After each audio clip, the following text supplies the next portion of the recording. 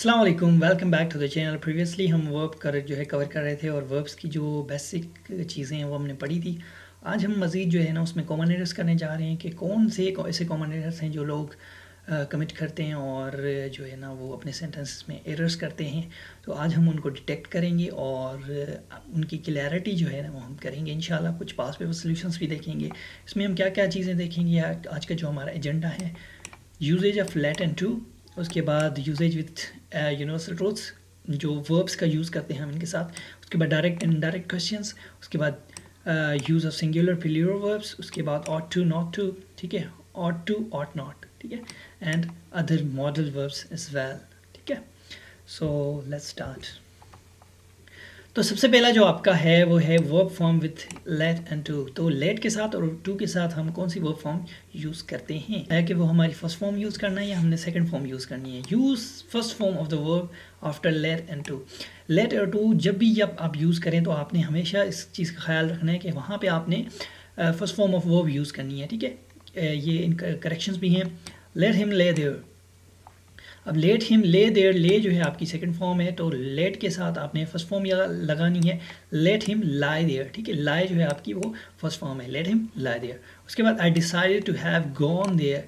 अब यहाँ पे टू यूज़ किया है आपने, यहाँ पे हैव गॉन मतलब परफेक्ट का है टेंस ये, और थर्ड फॉर्म आपने यूज़ की हुई है, तो आपने यहाँ पे फर्स्ट फॉर्म यूज़ करनी है। I decided to go there, ठीक है, तो ये आपका इस तरह से करेक्ट हो जाएगा।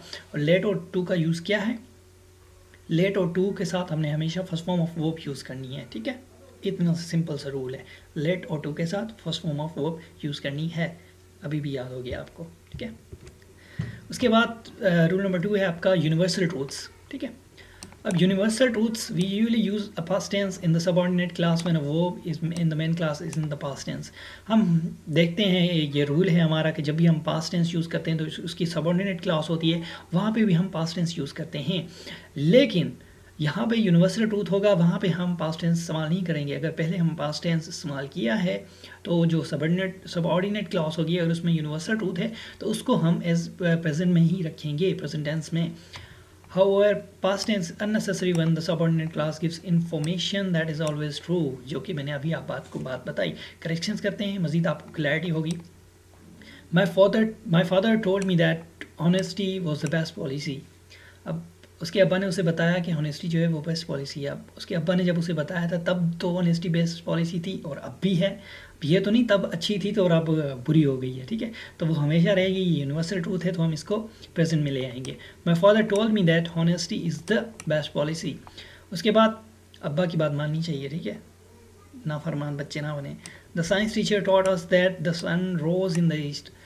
अब जाहिर सी बात है, सन जो है वो रोज़ ही उगता है, ठीक है, ये तो यूनिवर्सल ट्रूथ है आपका। और ये नहीं कि एक दिन सन जो है ना वो राइज होता है और 2 दिन जो है ना वो छुट्टी पे चला जाता है, इस तरह नहीं है, या संडे सैटरडे ऑफ कर लेता है, वीकेंड्स आते हैं उसके, नहीं, वो रोज़ उगता है और रोज़ ही ग्रुप होता है आपका। Sunsets and sun rises. The science teacher taught us that the sun rises in the east। ये तो यूनिवर्सल ट्रूथ है, तो आप इसको इस तरह से यूज़ करेंगे। तो यूनिवर्सल ट्रूथ के साथ आप हमेशा प्रेजेंट टेंस इस्तेमाल करते हैं, चाहे जो आपका फर्स्ट सेंटेंस है वो पास्ट टेंस में हो या किसी भी टेंस में हो, तो आपने हमेशा उसको जो है ना वो प्रेजेंट में ही रखना है, क्योंकि वो यूनिवर्सल ट्रूथ है। नंबर 3 रूल है आपका डायरेक्ट एंड इनडायरेक्ट क्वेश्चंस। अब डायरेक्ट और इनडायरेक्ट क्वेश्चंस किस तरह से होते हैं, इनका डिफरेंस समझिए कि डायरेक्ट क्वेश्चंस हम पूछते हैं और इनडायरेक्ट क्वेश्चंस हम किस तरह से पूछते हैं। डायरेक्ट क्वेश्चंस का समझते हैं, in direct questions interrogatives there is an inversion of subject and helping verbs. मतलब सब्जेक्ट्स और हेल्पिंग वर्ब की इन्वर्जन होती है, किस तरह से होती है, एग्जाम्पल से समझते हैं। When you are, why you are beating the child. अब यहाँ पे देखें, why you are beating the child, ये इनकरेक्ट है। अब यहाँ पे जो है हेल्पिंग वर्ब की इन्वर्जन होगी, कैसे, जब भी आप वाई वाले या व्हाट वाले जो भी WH क्वेश्चंस हैं उनके साथ आपने जब भी आप लगाते हैं, इनके साथ क्वेश्चन स्टार्ट करते हैं, तो उनके बाद फ़ौरन जो है वो हेल्पिंग वर्ब आता है। तो इस हेल्पिंग वर्ब को आप इन्वर्ट कर देंगे और यहाँ पे लेके आएंगे। कैसे होगा, वाई आर यू, ठीक है, यहाँ पे लेके आएंगे, उसके बाद सब्जेक्ट देंगे हेल्पिंग वर्ब के बाद, बीटिंग द चाइल्ड, तो ये आपका करेक्ट हो जाएगा। उसके बाद वाई शी इज़ लेट, अब शी इज़ लेट तो ये करेक्ट है, इसका इन्वर्जन करेंगे, इसको जो है यहाँ पे लेके आएंगे, why she is late, is she late, sorry why is she late, तो ये आपका इस तरह से करेक्ट हो जाएगा। डायरेक्ट क्वेश्चन हम इस तरह से पूछते हैं। और इसी से रिलेटेड जो है आपके पास पेपर्स में क्वेश्चंस भी आए हुए 2002 एंड 2005 में। Where you went in the vacation, अब where you went in the vacation, अब यहाँ पे ये डायरेक्ट क्वेश्चन है आपका, WH क्वेश्चन है, तो इसके बाद फ़ौरन आपका हेल्पिंग वर्ब आएगा। अब वेंट जो है ये आपका क्या है, पास्ट टेंस है, ठीक है, पास्ट टेंस को यूज़ किया गया यहाँ पे। ज़ाहिर सी बात है पास्ट टेंस का जो हेल्पिंग वर्ब है वो डिड है, आपने टेंसेस में भी पढ़ा है, जो कि मैंने पढ़ा है आपको already. Where did you go, ठीक है, जब डिड इस्तेमाल होगा तो फर्स्ट फॉर्म ऑफ वर्ब इस्तेमाल करेंगे आप। Where did you go on the vacation, तो ये आपका यहाँ पे इस तरह से करेक्ट हो जाएगा। Whatever have done you, अब whatever have done you तो ये तो इस तरह से होगा नहीं, एवर इसमें नहीं आएगा, ठीक है। वट हैव यू डन, ठीक है, वट हैव यू डन, अब डन यू नहीं होगा, ये यू इधर आ जाएगा, वट हैव यू डन, तो इसका प्रॉपर जो स्ट्रक्चर इस तरह से होगा, तो इस तरह से ये आपका करेक्ट हो जाएगा। उसके बाद आपके इनडायरेक्ट क्वेश्चंस होते हैं। Indirect questions, there is no inversion of subject and helping verb, they are treated as singular regular sentences, ठीक है, ये इनमें कोई आपकी इन्वर्जन नहीं होती, ये आपके रेगुलर सेंटेंसेस ही कंसिडर किए जाते हैं, मतलब इनको इंटरगेटिव नहीं कहा जाता, ये डायरेक्ट जो है ना वो इनडायरेक्ट क्वेश्चंस होते हैं आपके। अब पीछे वाले में पढ़ा, ये आप 2 सेंटेंसेस देखें, ठीक है, मैं इसको गोल दायरा बना देता हूँ, इसकी हदबंदी कर देता हूँ, ठीक है। Why are you beating the child, ये हमने पढ़ा था, why are you beating the child, why she is late, why is she late, लेकिन ये WH क्वेश्चन से स्टार्ट हुआ। अब यहाँ पे देखें टेल मी, ठीक है, WH क्वेश्चन से स्टार्ट नहीं हुआ, tell me why are you beating the child. अब यहाँ पे ये आपका इनकरेक्ट है, यहाँ पे इन्वर्जन नहीं होगी आपकी, यहाँ पे सीधा सीधा रेगुलर सेंटेंस आप बनाएंगे, tell me why you are beating the child, तो यहाँ पे इस तरह से आपका करेक्ट होगा, इन्वर्जन नहीं होगी, ठीक है।